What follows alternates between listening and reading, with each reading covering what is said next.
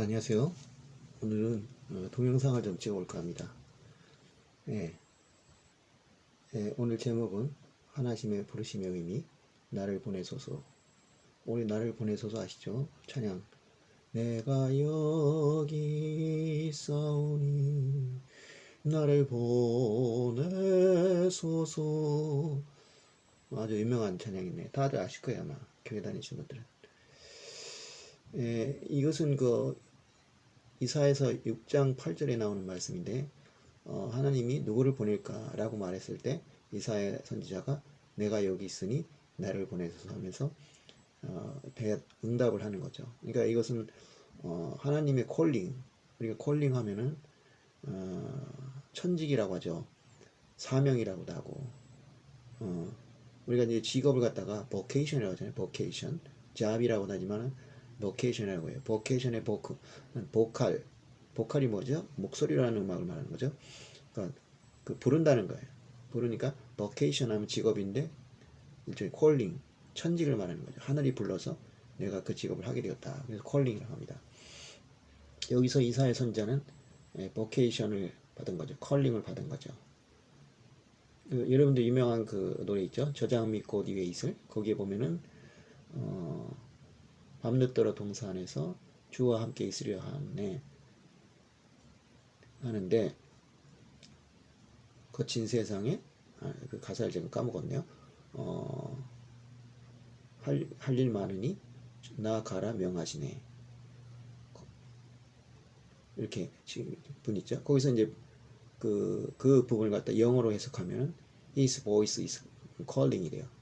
그의 목소리는 나에게 소명이었다. 부르심이었다. 여기서 이제 이 부르심을 했는데 이사야 선지자한테 부르심을 한 게 아니라 이제 막연하게 누가 우리를 위해 갈 것인가 하니까 이사야 선지자가 저요 이렇게 해가지고 그 콜링의 부르심을 응답을 한 거죠. 그래서 이제 그가 가게 되었다라는 것을 그 당시 이제 이스라엘은 그 당시 이스라엘 선지자가 활약할 때는 남과 북이 나눠져 있었고 그 중에서 이제 북이스라엘이 결국 이제 망하게 되었어요. 그리고 이제 히스기야 왕 시절인데 히스기야 왕 시절에 이제 이스라엘의 아시리아 군대가 몰려 들어왔는데 그 군대가 하룻밤에 다 죽어버리고 그래서 결국 철수하게 되죠. 그때 이제 그 아시리아 군대는 우리가 모든 나라를 짓밟았고 그 나라의 신들을 모조리 짓밟았기 때문에 너희들도 항복을 해라. 왜냐하면 너희 히스기야 왕이 뭐 여호와가 어쩌고 해도 그거는 다 거짓말이다. 그렇게 열심히 이제 꼬시고 했는데 이스라엘 백성, 그 당시 유다 백성들은 거기에 응하지 않고 굳건히 성을 지켰고 결국 하나님의 천사가 나타나서 18만의 군대를 모조리 몰살시켜버리고 말았다는 그런 이제 거짓말 같은 이야기가 이제 실려 있죠. 바로 그 혼란 시기, 그 북이스라엘이 망하고 남유다가 그렇게 아시리아의 협력을 받는 그런 혼란한 시기에 이 이사야 선지자는 이 이스라엘 백성에게 이럴수록 하나님을 더 섬기고 말씀에 충실하라는 어떤 그런 메시지를 전하기 위해서 파견을 되게 됩니다. 우리가 그 특명 전권대사라는 말 혹시 아시는지 모르겠지만 특명 전권대사라는 것은 이제 우리가 보통 대사라고 하죠. 뭐 주일 한국 대사 아니면 거꾸로 주한 일본 대사. 그것이 이제 그 대사란 말이 원래는 특명 전권대사의 약자입니다. 특별한 명령을 받고 전권, 모든 권한을 쥐고 대사로서 파견되는 사람.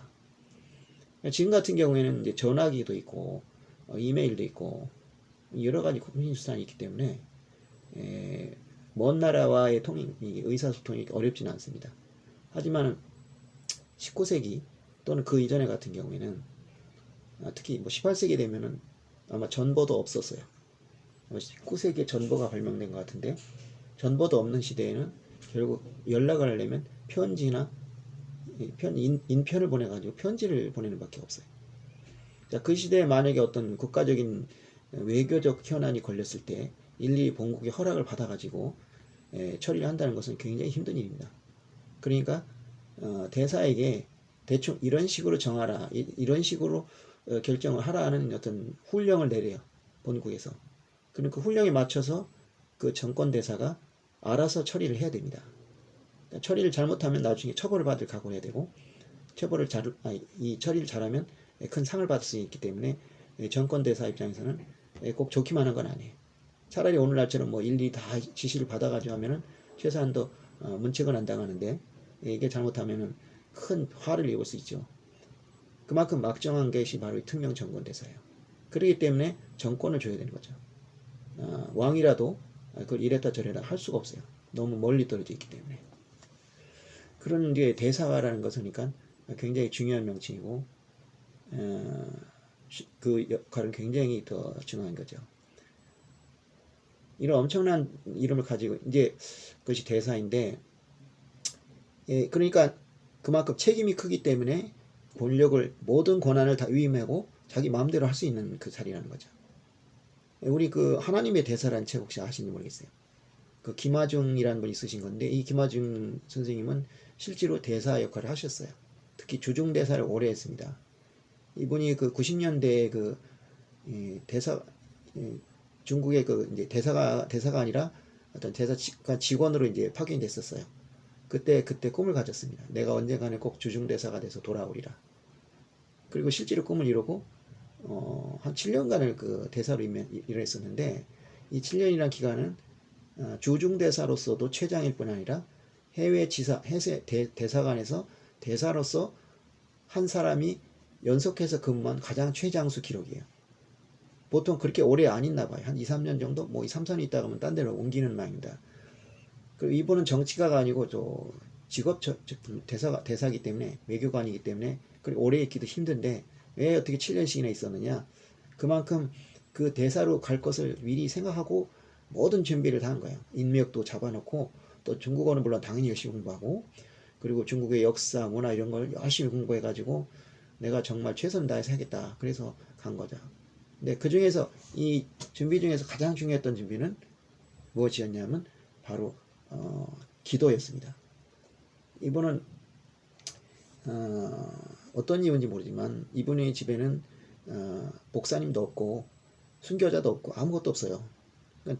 그런데도 불구하고 이분 뒤에는 그 엄청난 양의 그 기도가 쌓여 있었다는 겁니다.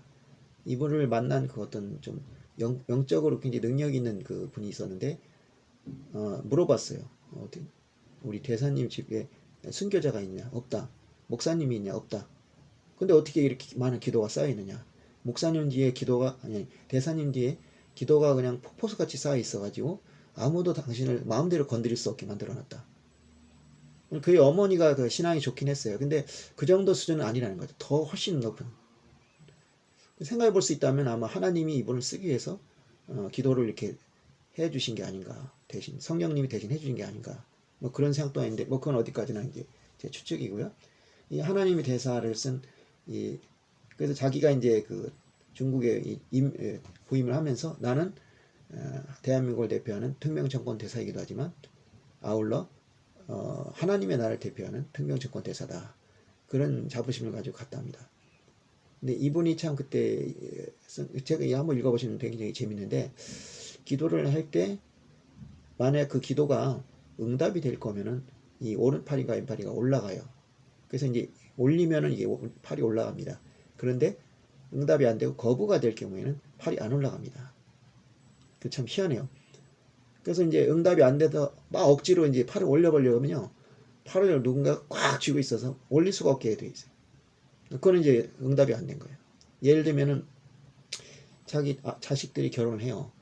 주중 대사 아닙니까? 그러면 그 많은 사람들이 얼마나 많은 사람들이 올 거예요. 그런 수입도 꽤 크겠죠. 그래서 이제 하나님한테 물어본 거예요. 제가 지금 자식이 결혼하는데 청첩장을 돌려야 합니까? 그러니까 돌리지 말라는 음성이 들립니다. 돌리지 마라. 그 바로 올려보니까 역시 안 올라가는 거예요. 아무리 올리려고 애를 써도 안 올라가는 겁니다. 그러니까 이걸 포기했죠. 그 옆에 부인이 좀 한번 올려보라고 막 어거지 올려봤지만 역시 올라가지 않아요. 그래서 결국 청첩장을 못 돌렸습니다.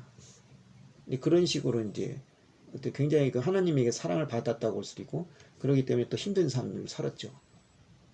예, 그래도 근데 그런 하나님의 그 보호가 있어가지고 이분은 7년씩이나 그 주중대사를 하면서 한국과 일본의 중국의 관계에 많은 공헌을 하셨다. 그래서 결국 통일부 장관까지도 올라가시게 되셨죠. 자, 이런 식으로 막중한 임무를 갖게 되는데 그 막중한 임무를 하기 위해서 하나님의 대사를 하기 위해서는 권력이 필요하죠. 그러니까 하나님이 이런 식의 특별한 기도의 그 폭포수를 부어주신 게 아닌가 그렇게 생각이 됩니다. 자, 그러니까 한 나라를 대표하는 대사에게도 막중한 고난이 지어지는데 하물며 하나님의 대사에게는 그 정도의 고난을 주어줘야 된다는 거죠. 예. 왜 이 얘기를 하냐면요.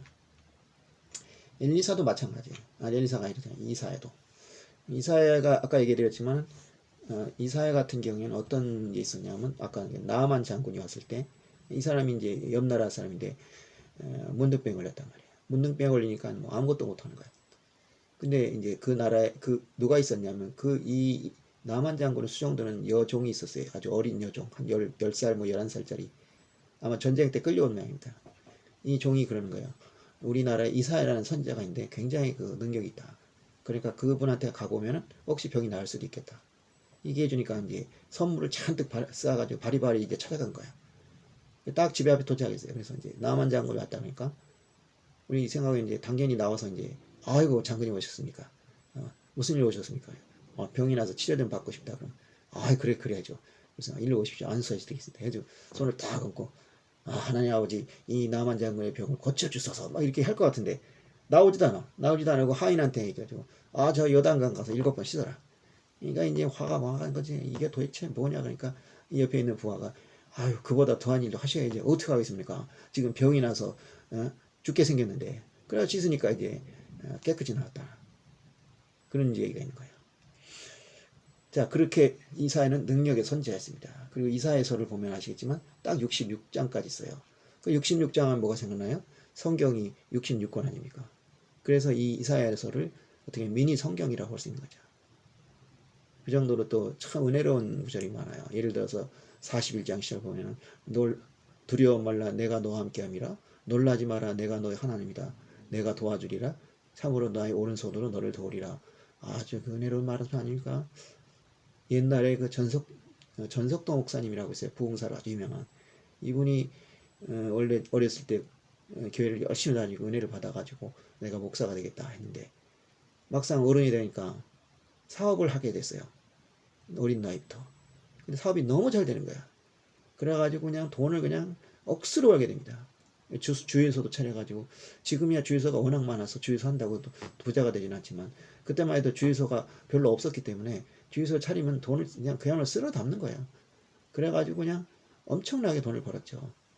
그리고 막 지역에 국회의원도 출마한다고 그럴 정도로 사회적인 명사가 됐어요.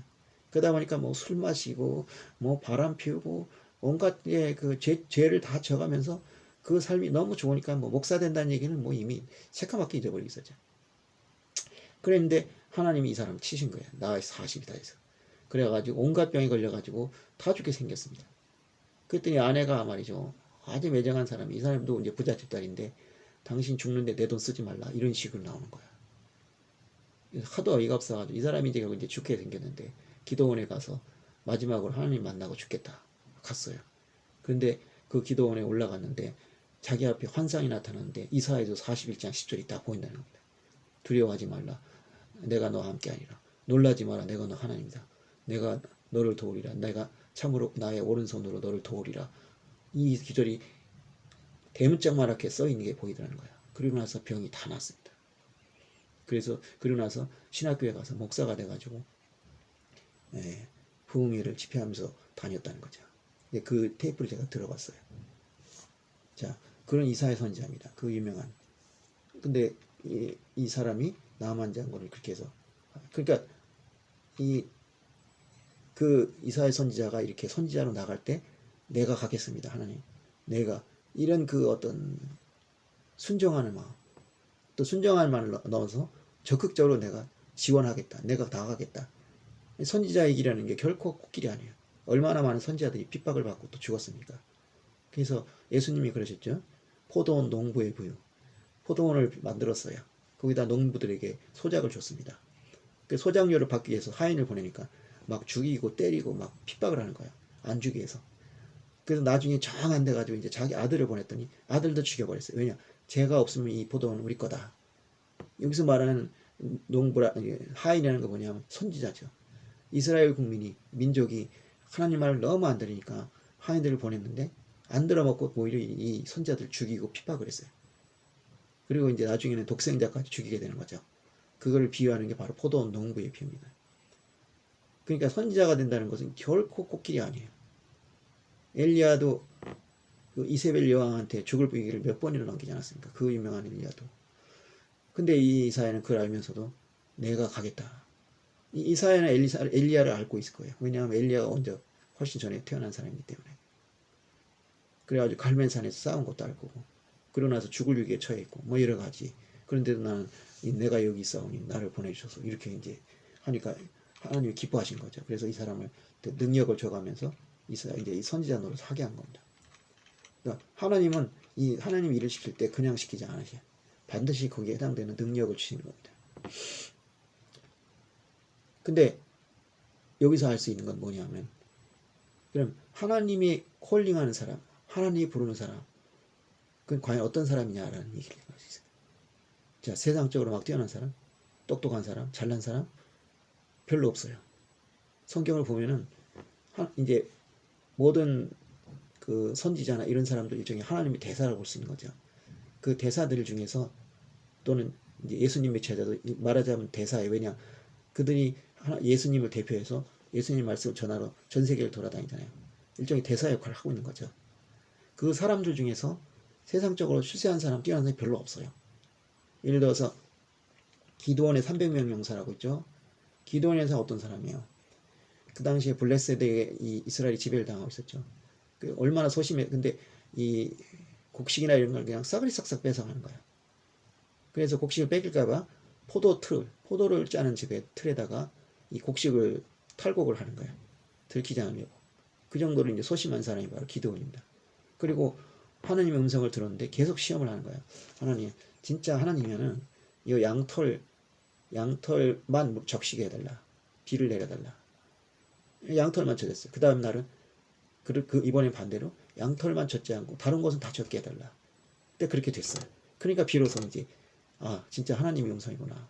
그걸 믿을 정도로 굉장히 소심한 사람입니다. 이 기드온이라는 사람이. 근데 그런 사람이 300명을 거느리고 적군을 물리치고 이 이스라엘을 해방시켰어요. 그러니까 그 용기 있는 사람도 아니고 골리앗같이 그렇게 대단한 사람도 아니란 말이야. 그 다음에 또 누가 있습니까? 삼손은 또 어떻습니까? 삼손이 계력을 자랑했죠. 그래가지고 머리를 기르면 힘이 나는데 머리를 자르면 안 된다. 그래서 평생 머리를 안 잘랐는데 그 드릴라라고 하는 그 블레셋 여자한테 속아가지고 내가 머리 때문에 내가 힘이 세다. 그래가지고 머리를 잘려가지고 이제 눈까지 뽑혀가지고 그래가지고 연자방을 돌리면서 그냥 노예 생활을 하다가 머리가 자라니까 마지막에 해서 그곳에 있는 그 기둥을 다 뽑아가지고 다 무너져가지고 자기도 죽고 거기 있는 많은 사람들 죽였다는 거죠. 변변치 않은 사람이에요. 그 여자가 그렇게 얘기한다고 그래 그 비밀을 얘기해 버립니까? 그리고 그런 얘기를 자꾸 물어본다는 게 이상하지 않습니까? 그래서 더구나 그 여자는 블레셋 사람이에요. 블레셋이라는 건 이스라엘 사람의 원수입니다. 그 원수의 여자가 그렇게 얘기를 한다면 이건 분명히 이상한 거 아니에요. 근데 그걸 분별할 능력이 없어요. 그렇게 어리석은 사람이에요. 삼손이라는 사람이. 그리고 또 베드로는 또 어떻습니까? 예수님은 3번이나 부인했죠. 기도원도 그렇고 삼손도 그렇고 베드로 그렇고 세상적으로 인정받을 인물이 아니에요. 전혀 아니에요. 학력이 좋나 돈이 있나 그렇다고 말을 잘했나 제대로 한 게 없어요. 물론 사도 바울 같은 경우 얘기죠. 사도 바울 같은 경우는 말도 잘하고 그래서 서간을 얼마나 많이 썼습니까? 그 자기 말대로 나는 유대인 중에 유대인이고 그리고 바리새파 사람으로서 율법으로서 흠이 없는 사람이고 그런 어떤 대단한 사람이죠. 그리고 가말리엘라는 스승 밑에서 아주 수제자로 아주 유명했죠. 이 사람은 진짜 대단한 사람이에요. 세상적으로도 굉장히 유명한 사람이에요. 근데 예수 믿고 거듭나니까 그 모든 게 배설물 같았다. 그러니까 그 많은 지식, 그 많은 것이 다 사실은 오히려 방해물이 됐다. 그러니까 우리도 이제 뭐냐면 세상 지식이 많으면 좋은데 그것이 때에 따라서는 신앙생활에 방해가 될 수 있어요. 왜냐하면 이 구약성경, 신약성경 읽어보면은 우리가 세상에서 가르치는 학문하고는 많이 다르거든요. 죽은 사람이 살아나고 홍해가 갈라지고 학교에서 그렇게 안 가르치거든요. 사람이 죽으면 끝이야. 바다가 어떻게 갈라져? 그러니까 오히려 그렇게 생각하고 있는 게 오히려 문제가 돼요. 그런데 우리가 생각해 볼 게 있어요. 그 학교에서 가르치는 지식이 과연 진실한 지식이냐. 바다가 안 갈라진다. 사람이 죽었다 살아날 수 없다는 것은 그것이 그 어떤 검증된 게 아니에요. 근데 죽었다 살아난 사람이 한두 명이 아니야. 진짜 그래요. 그리고 천국과 지옥이 없다? 없지 않아요. 왜냐? 없다고 볼 수가 없어요. 왜냐? 너무나 많은 사람들이 그걸 보고 왔어요. 적어도 수백 명은 보고 왔어요. 그럼 이거를 이 정도 되면 사실이라고 인정해줘야 되는데 그냥 없다고 주장하는, 그래서 없는 사람한테 처음 물어. 없다고 하는 사람들, 그 없다고 하는 증거가 뭡니까? 없어요. 그냥 자기들이 생각하기에 없을 것 같은, 그러니까 안 보이니까 없다 그래요.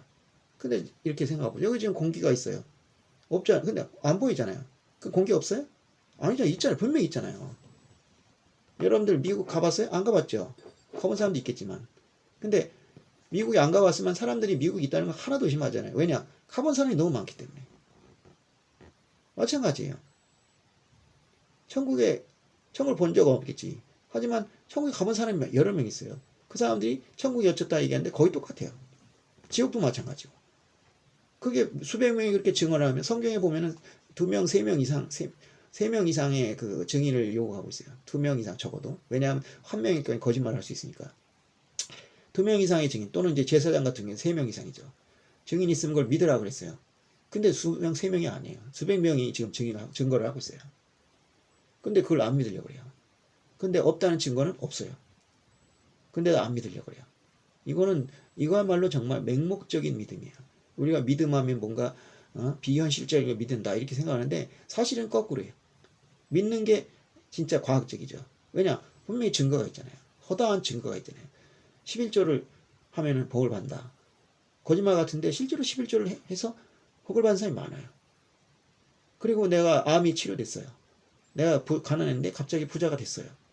아무 이유 없이, 어떠한 근거도 없이. 그 사람이 예를 들어서 사업을 해가 성공했으면 이해가 가는데 별거 그렇지도 못해요. 그런데 갖가지 방법으로 돈이 들어와서 어느 날 갑자기 부자가 돼요. 아니면 다 망해가던 사업이 기도를 했더니 갑자기 흐름이 일어나가지고 잘 돼서 돈이 막 들어오는 거예요. 왜 그렇게 갑자기 됐을까요? 저만 해도 그래요. 빚에 쪼들려가지고 미치게 다 망해갔는데 기도를 열심히 했더니 여기저기서 돈이 들어와요. 그리고 여기저기서 일거리를 줘가지고 수입이 막 몇 배로 늘어난 적이 있어요. 저 아무것도 안 했어요. 홍보도 안 했어요. 오로지 기도밖에 안 했어요. 근데 그런 일이 벌어져요. 이거 어떻게 생각하세요? 그러니까 우리가 아는 게 전부가 아니란 말이야. 근데 이제 바울 같은 경우에는 유대교를 열심히 믿었기 때문에 예수를 인정할 수가 없었던 거예요. 왜 예수를 인정할 수 없냐? 유대교에서는 메시아가 여기서 태어나고 이런 게 있어요. 근데 그 예수님이 그랬잖아요. 들을 귀가 있는 자는 들어라. 들을 귀가 없는 거예요. 그러니까 사람이 한 가지 선입견에 빠져버리면은 뭐라고 해도 들을 수가 없어요. 그러니까 바울도 마찬가지였죠. 거기서 가르치는 거를 그냥 무조건 믿은 거예요. 그런데 유대인들에게는 들을 귀도 없었고 볼 눈도 없었어요. 자기들 멋대로 예수를 하나님 믿은 거예요. 자기 멋대로 해석을 한 거예요. 사실은 그 율법서에 아니 예언서에 다 써 있거든요. 근데 그 예언서를 자기 안경으로 보니까 전혀 엉뚱한 생각이 난 거예요. 그리고 이제 예수님 같은 경우에는 갈릴리에서 태어난 게 아니거든요. 나사렛에서 태어난 게 아니거든요. 베들레헴에서 태어났거든요. 근데 언뜻 보면은 효적적으로는 나사렛에서 태어난 것 같아 있어요. 그러니까 나사렛 갈릴리에서 누가 선지자가 나왔냐 이들은 모르는 거죠. 근데 그것은 사실은 베들레헴에서 태어났잖아요. 여러분 아시겠지만 그런 식으로 배운 거예요. 그런데 그러니까 예수가 구세주일 수가 없어요. 그리고 그들이 생각하는 구세주는 인류의 구세주가 아니라 이스라엘의 구세주예요. 근데 예수는 뭐 엉뚱한 소리만 하는 거죠. 뭐 하나님 나라 가까웠다. 하나님 나라는 네 안에 있다. 이런 소리만 하니까 이게 말이 안 되는 거야. 자기들 입장에서. 그러니까 자기들 입장에서만 모든 걸 보니까 예언서 읽어도 제대로 알 수가 없는 거예요. 그래서 이제 예수를 믿는 사람 핍박하는 거죠. 이거는 이제 이단이다. 근데 아니었던 거예요. 근데 그 있는 그 잘못된 생각이 벗겨지니까 그 세상에 갔던 지식, 그 구약 성경에 대한 지식이 생명의 복음으로 다시 만들어지는 거죠. 그러니까 저 사람이 나쁜 사람이다 생각하고 저 사람 봤을 때는 저 사람이 나쁜 사람이 하나님이 다 나빠 보여요. 근데 알고 봤더니 저 사람이 좋은 사람이다 하는 걸 알게 되니까 그 사람 행동이 다시 보이게 되는 거예요. 여러분 그런 경험도 있을 거예요. 그래서 이제 바울은 이제 훌륭한 이제 사도가 돼서 사도 중에 사도가 된 거죠. 하지만 이런 사람은 그렇게 드물어요. 대부분은 이제 바울이 고린도전서에 썼지만 배운 사람이 얼마나 있었냐, 돈 있는 사람이 얼마나 있었냐, 전부 세상에서 인정받지 않는 사람들이 있냐. 그러면서 하나님은 힘 있는 사람, 돈 있는 사람, 배운 사람을 부끄럽게 하기 위해서 배우지 못한 사람, 가난한 사람을 부른다. 그리고 마리아도 그랬잖아요. 그런 비슷한 노래 부르잖아요. 마리아의 노래라고 누가복음에 나오잖아요. 왜냐, 잘난 사람, 돈 있는 사람, 능력 있는 사람을 시키면 자기가 잘나서 된 줄 알아. 그렇지 않겠어요? 근데 별 볼 일 없는 사람을 시켜요. 근데 그게 잘 돼. 그러면 자기가 잘했다고 생각을 안 하죠. 아, 이 하나님이 하셨구나. 그 유명한 정경주 사모의 하나님이 하셨어라는 책이 있잖아요. 그 책 읽어보면 확실히 그래요. 한 게 없어요. 정경주 사모가 미국에서 공부하다가 한국에 돌아가 있다. 좋은 직업을 얻으겠다. 그래서 뭘 하고 있냐고 주변 사람이 보니까 나 기도만 하고 있다. 아, 참 순수하시네. 아, 기도만 한다고 됩니까? 빨리 여기저기 알아봐야죠. 나 안 알아봤어요. 그냥 기도만 했어요. 그런데 숙명여대 총장이 이경숙 총장이 어느 새벽 기도를 나가는데 계속 하나님 음성을 들으니까 정경주를 만나라. 정경주를 만나라. 그래서 정경주가 누군지 모르니까 알아봤어요. 알아봤더니 미국에 있는 사람인데 뭘 공부했냐면 기독교 교육학을 배워서 석사를 받았어요. 근데 그 당시에는 이미 우리나라도 박사가 없으면 교수가 될 수 없는 시대예요. 근데 이 사람을 갖다가 불렀어요. 불렀는데 그러니까 보통은 무슨 과목이 있어가지고 사람을 부르는데 일단 불렀어요. 그럼 뭘 가르치게 할까? 근데 영어를 가르치겠어요. 영어 교육 안 했잖아요. 영어 교육학과 안 나왔잖아요. 그리고 박사도 없어요. 박사가 있어도 못하는 사람이 수록해요. 그런데 석사밖에 없고 더구나 기독교 교육학이에요. 전형은 기독교 전공이에요. 그런데 교수가 됐어요. 그러니까 주변 사람 너무 놀리는 거죠. 그래서 아니 교수님 도대체 어떻게 되셨습니까? 그러니까 하나님이 하셨어요. 자격이 없는 사람이 하니까 그런 말이 나오지. 근데 이 사람이 만약 기독교 교육이 아니라 영어 교육을 했고 그 다음에 박사를 받고 있었으면은 아, 그 내가 그 공부했으니까 됐지. 이렇게 얘기할 수도 있단 말이죠. 그게 바로 하나님의 논리란 말이에요. 그래서 일부러 이렇게 세상에서는 인정받지 못한 사람들이 이 하나님의 일을 하는 경우가 많습니다. 근데 그들의 특징이 있어요. 이 정경주 사모 같은 경우에도 보면은 읽어보시면 알지만 다른 거는 다 모르겠는데 뭐 솔직히 얼굴이 막 이뻐요. 그런 건 있지만 그 설마 뭐 그거 가지고 되지는 않았을 것이고 한 가지 중요한 것은 이분은 늘 순종을 하셨어요. 하나님이 명령을 내리시면 절대 노하지 않고 순종을 했습니다. 예를 들어서 이분이 그 대한항공 스튜어드였어요. 얼마나 좋은 자리입니까? 돈도 많이 벌고 세계 여행을 가고 지금은 세계 여행들 많이 가지만 옛날에는 세계 여행 간다는 꿈도 못 꿨어요. 아예 못 갔어요. 왜냐하면 여권이 안 나와요. 우리나라에서 해외여행을 자유롭게 갈 수 있게 된 건 1989년인데 그렇다고 해외여행을 다 갈 수 있는 게 아니에요. 왜냐? 비자 문제가 있으니까. 제 친구가 대학 졸업하고 제가 일본에서 유학할 때 놀러 오기로 했는데 못 왔어요. 왜냐? 대학을 졸업했는데 취업을 안 했다. 그냥 못 보내겠다. 그래서 비자를 안 주는 거예요. 근데 스튜어디스 뭐 되면 어때요? 마음대로 다닐 수 있는 거예요. 세계를. 그 얼마나 좋은 자리예요. 그리고 월급은 또 얼마나 많고. 근데 하나님이 그러시는 거예요. 너 이제 내 사역해라. 찬양 사역해라. 음대를 다녔거든요. 연대 음대를 다녔어요. 성악가. 우리가 아는 그 송정비 사모의 선배격이 되는 사람이죠.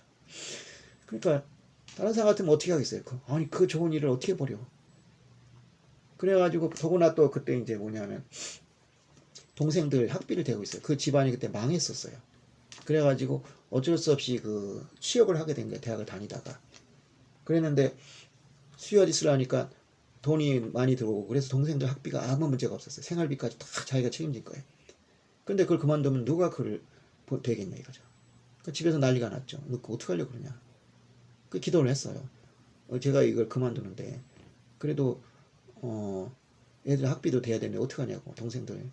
그러니까 하나님 책임지신다는 거예요. 근데 그게 어떤 여러 가지 형태로 돈이 계속 들어와요. 그래서 동생들 학비 다 내주고 아무 문제 없이 잘 살았어요. 그것도 하나님이 하신 거예요. 그런단 말이죠.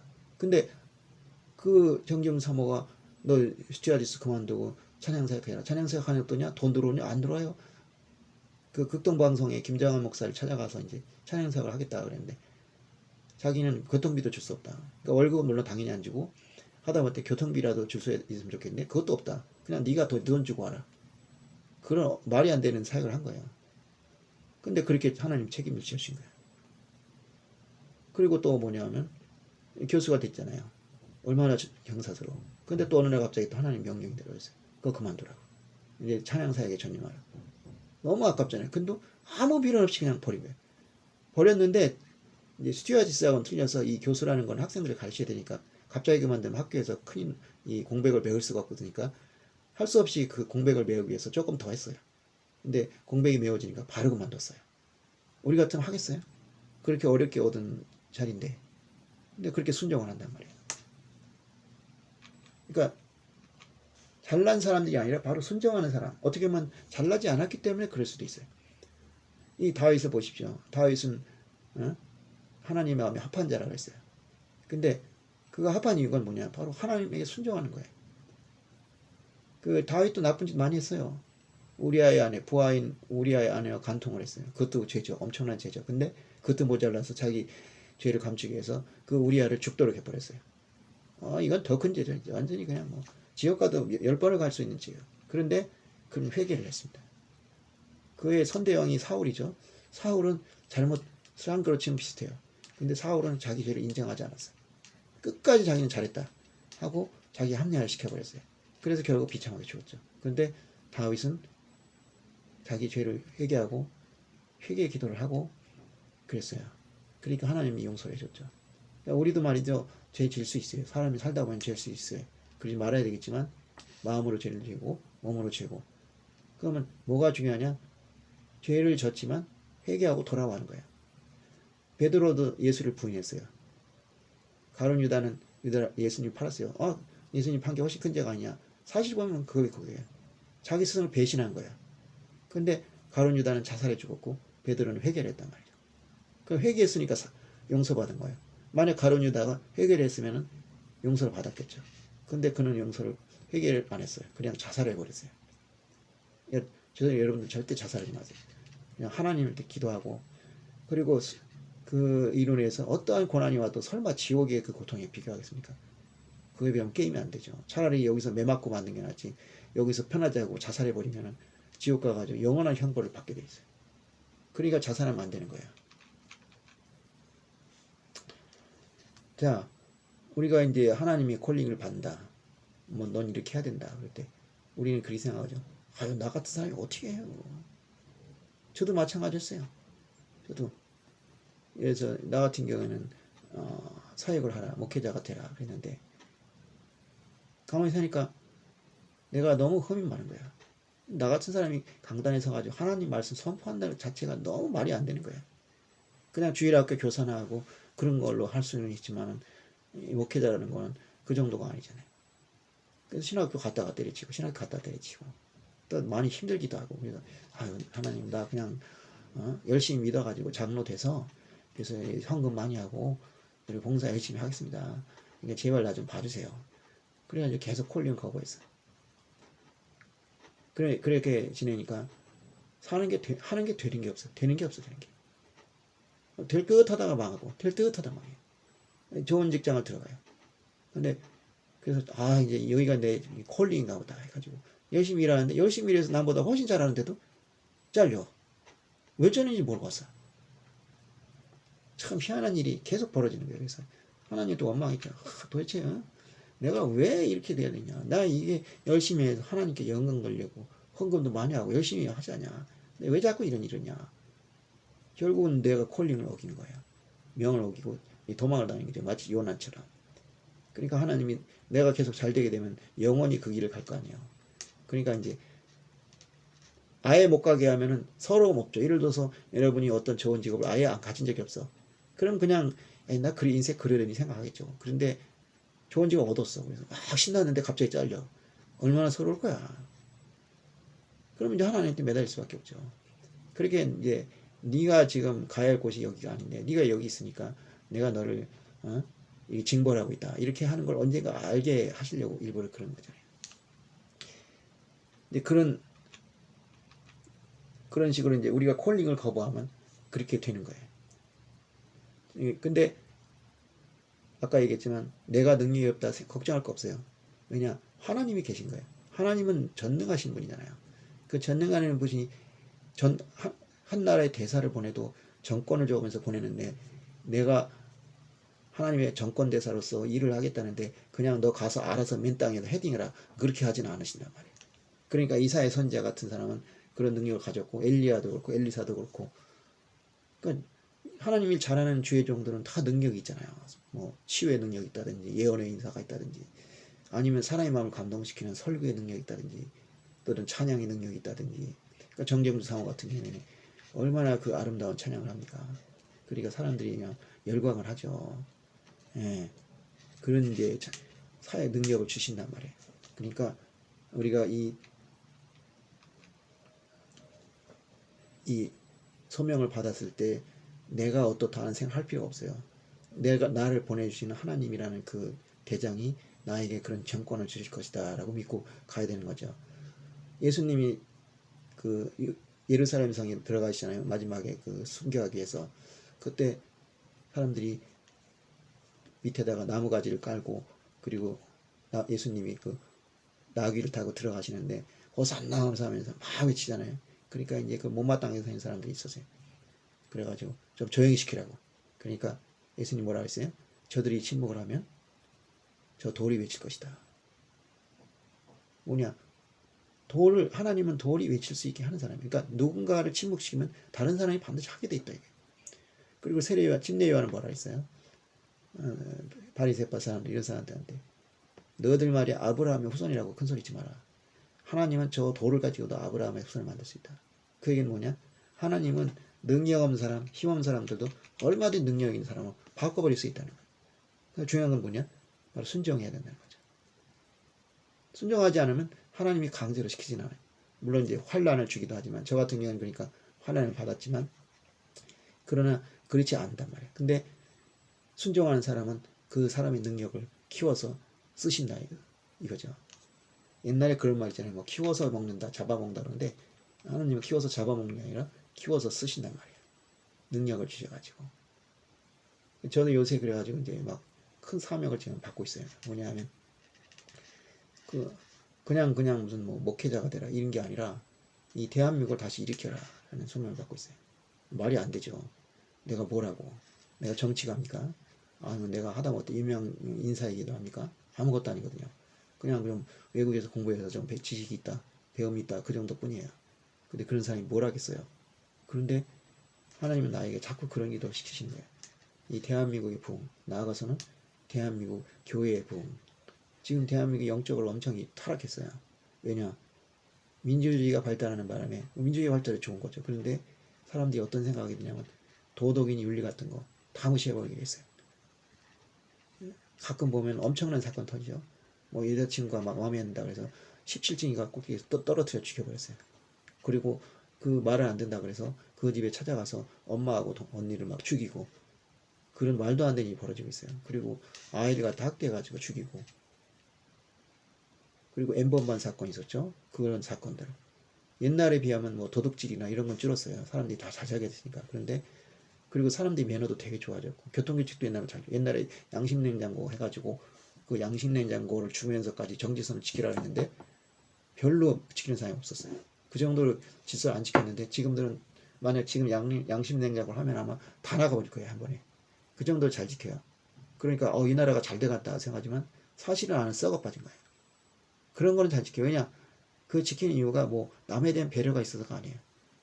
그렇게 안 하면 욕을 먹기 때문이죠. 인터넷도 있고 여러 가지 있으니까 그런 거 안 지키면 욕 먹어요. 욕 먹으면 자기가 살아가기 힘들거든. 근데 안 보이는 데서는 온갖 짓을 다 하고 있는 거예요. 그게 지금 현실이에요. 왜 그러냐? 하나님 무서워하지 않기 때문이죠.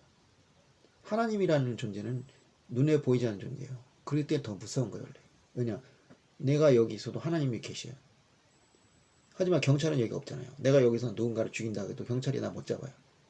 나중에 들키더라도. 근데 여기 하나님 계시다면 그보다 훨씬 적은 죄를 져도 벌써 하나님 다 아신다고. 하나님이 여기 계시다고 생각하면 함부로 나쁜 일을 할 수가 없어요. 그런데 하나님이 없다고 생각하는 거예요. 그 시스펜에 나오죠. 어리석은 자들은 하나님이 없다고 한다. 지금 그렇게 돼 있어요. 우리는 원래 유교 국가였어요.